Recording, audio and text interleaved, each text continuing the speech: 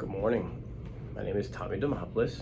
This is my assignment 6 presentation for legal aspects of the emergency services management on the 10th Amendment at Mission Creek.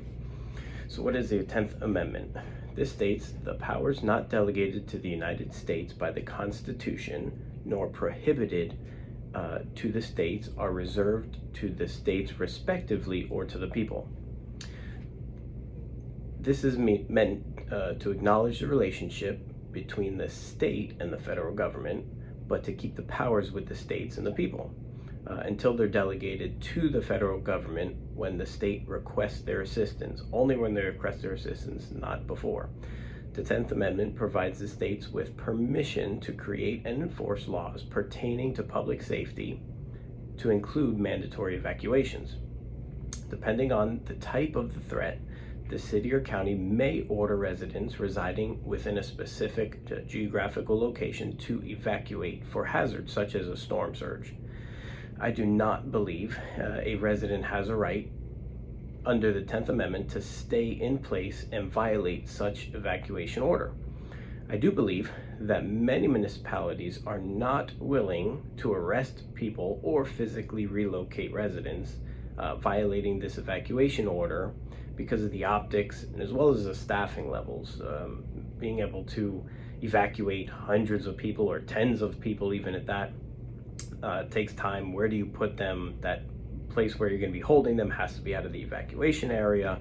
The paperwork that follows, and again, the optics are just not well received. Residents violating this order need to clearly understand that if conditions worsen and become life-threatening, first responders will not be able to be dispatched to their location because of their own safety concerns. This just recently occurred with the Hurricane Irma in the west coast of Florida. Evacuation orders were given.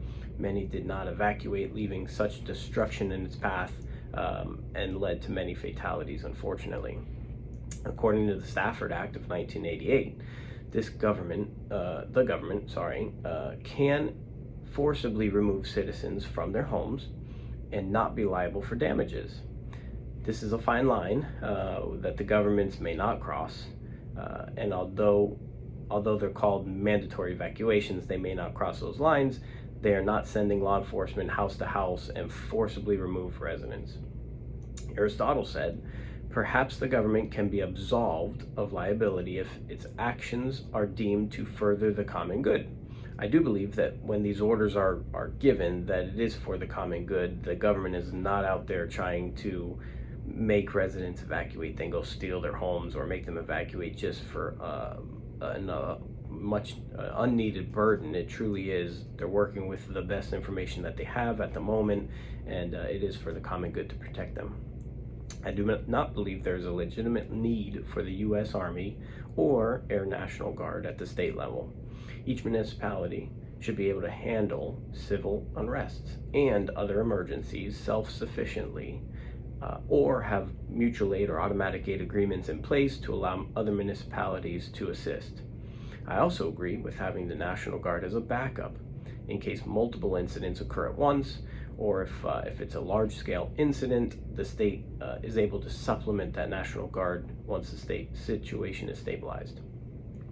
The National Guard continues its historic dual mission, providing trained units to the states, territories, and District of Columbia, and keeping itself equipped to protect life and property. It appears the mission has been around for quite some time and believe it is sufficient for what they're providing. Providing trained units to the states indicates they believe it is sufficient. Providing trained units to the states indicates they value their personnel and credible training, and are there to support the states as well as ensure they're up on current trends, tools, equipment to save lives and property. I do believe that if the governor uses the National Guard for the common good and to protect lives and properties, I support it. The pandemic response, I agreed with. They did need to dispatch them. The locals were not able to handle this as many states were overwhelmed. This provided supplementation to the local jurisdictions. I do not believe the Guard is required to be deployed on civil disturbances, as this should start locally and end locally. If the local municipalities can handle the incident, then they should be able to do so. There should be pre-planning and agreements in place prior to these types of incidents on how law enforcement will handle these incidents. You know, if an incident happens here, what can we try to do? How long will it take? What kind of resources do we have, and will we need to call in? I assume the Guard is sufficiently funded to perform all of its current missions, but like all other government agencies, could use additional fundings to expand their mission and services. They should be partially funded through the federal government and through the state in which it serves. I hope I was able to give you a little bit on the 10th Amendment, on civil unrest, on the Guard, and should sufficiently speak to that. I appreciate your time. Thank you. Tommy Demopoulos. Have a great day.